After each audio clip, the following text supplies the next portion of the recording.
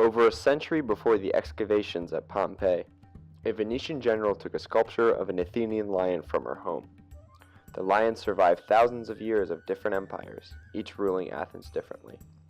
Today it sits proudly outside the Venetian Arsenal as a reminder to Venice's imperial past.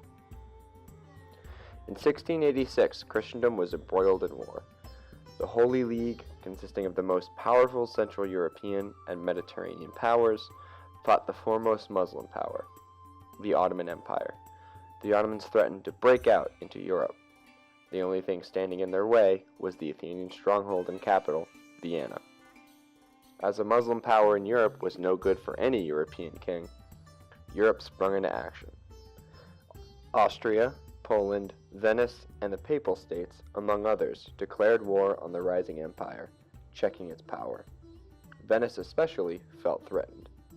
As a consistent power in the Mediterranean, Venice did not appreciate Ottoman ships dominating her waters. Ottoman aggression endangered Venetian-controlled islands in the Aegean and Ionian seas. On top of that, Venice had consistently been losing territory to the Turks, including Euboea, Crete, and Cyprus. With Austria, Poland, and the Pope at her side, though, Venice stood a chance at reclaiming her lost lands. Venice was in a unique place at the time. Crucially placed at the intersection of trade between Europe and the Levant, the state became incredibly rich by the time of the war. Thus, the Venetian Doge, its elected king, was able to fund mercenary armies and grand fleets to protect Venice's power. As a growing power, Venice extended its trade projection into Byzantine lands, tying them to the dying empire. Thus, when the Ottomans conquered the Byzantines and pressed northward, it put them at direct odds with the Venetians. At home, Venice had experienced the full force of the Renaissance by the time war broke out. Housing its own artistic school, the Venetian School, Venice also projected its cultural power. Famous artists like Gauguin and Titian attended the Venetian School. Closely tied to Greece, Venice sent its forces to the Peloponnesian Peninsula, shifting the war to Ottoman soil. The Venetians sent their famous commander and eventual doge, Francisco Morosini. Morosini became so famous on this campaign, he received the title Peloponnesiacus. Quite often in his campaign, Morosini and his men would engage their foe in the backdrop of ancient Greek or Roman spaces. Morosini, with the help of a rebellious populace, captured many notable Ottoman strongholds. Morosini even captured Athens itself, though he was unable to hold the city for long. It was in this war that the roof of the Parthenon was destroyed by a Venetian bombardment. Surrounded by ancient Greece's treasures, Morosini and his men understood the value of the artifacts, taking every opportunity to loot antiquities when they could.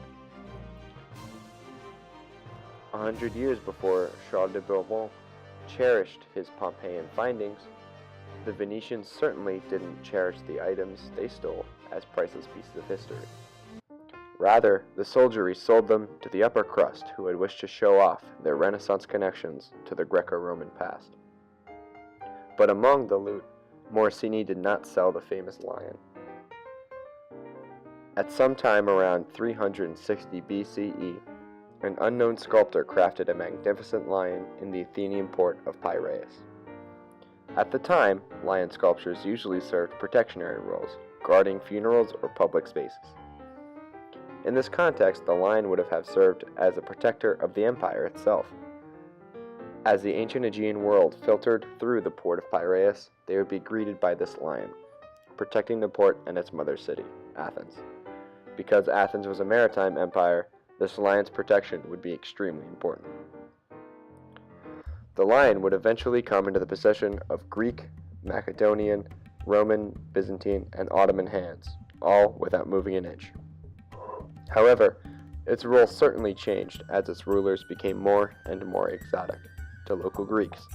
Rather than protecting its mother city, it served as a reminder to the ancient land its new rulers had conquered. From 360 BCE until 1687, the lion had not moved, but Morosini deemed the lion as a grand gift to the Venetian state. Ripping it from the Piraeus, Morosini sent the lion on a one-way trip to Italy.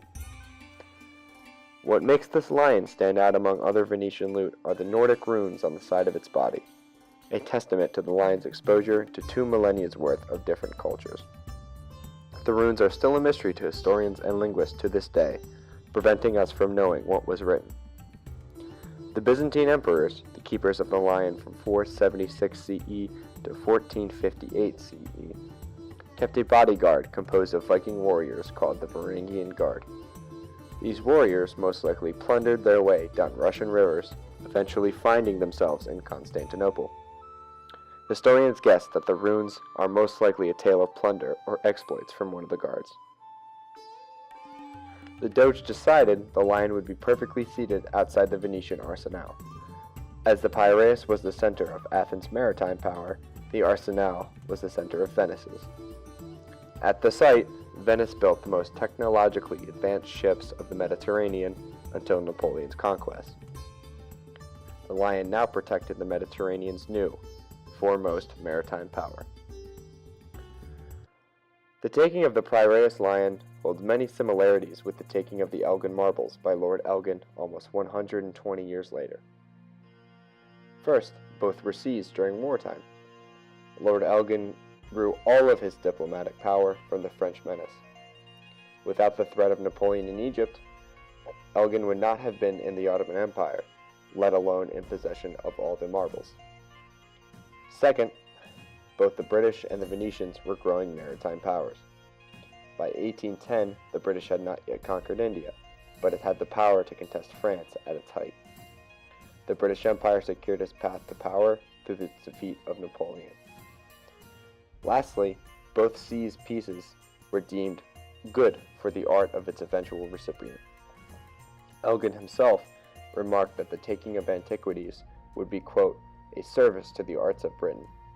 Meanwhile, the lion fit perfectly into a Venice that had just embraced a rebirth of Greco-Roman art forms. However, the differences between the two are incredibly important in placing the lion in the story of stolen antiquities. The Elgin marbles were taken completely peacefully. While there were arguments between the local governor and Elgin's men, no weapons were ever drawn. The marbles served as a huge diplomatic bargaining piece for the Ottomans in securing British help. The Turkish brass gave their expressed permission for Elgin to acquire the marbles. The lion, however, was very much taken by force. Only after Athens was captured and Morosini's men ran in the streets of the Piraeus was the lion taken. No Ottoman or Greek official ever gave their consent for the lion to be taken. It was a spoil of war. Also, Venice had much more of a legitimate claim to be the steward of Grecian art than the British. Venice, throughout its history, had been intimately tied to Greece. Until its fall to Napoleon, Venice had always had a Greek territory in some way, even in small islands. In fact, the 1440s and 50s, Venice directly controlled the Attica Peninsula, including Athens. At the time, the Duchy of Athens was a Venetian vassal. Venetian trade also flowed through Greece. Understanding Venice as an extension of Greece was not too far of a stretch. To understand Britain as an extension of Greece, one needs to jump through a lot of artificial civilizational hoops. The Piraeus lion served as a stepping stone for the Indiana Jones in history. It was one of the first cases of loot being taken in the name of empire. It was not sold nor put in a private collection like the treasures of Pompeii. It was proudly put in front of the arsenal for all to see. Its artifaction caused the lion to serve as a reminder of the maritime powers and its new masters. However, Morosini has a long way to go to become a historical Indiana Jones. He has very little regard for science. In fact, he had described the shot that erupted the Ottoman armaments at the Parthenon as a, quote, fortunate shot. The stewardship of the lion served only imperial and artistic roles. Science had not been in the question. He also took the lion by force, a step every Indiana Jones would avoid. While some took to smuggling, none used the might behind their empires directly. Lastly, as valuable as Morosini deemed the lion, he certainly did not consider it priceless. Never did he attach a civilizational value to it. While not in Indiana Jones, understanding Morosini is a crucial step in understanding the future of stolen antiquities.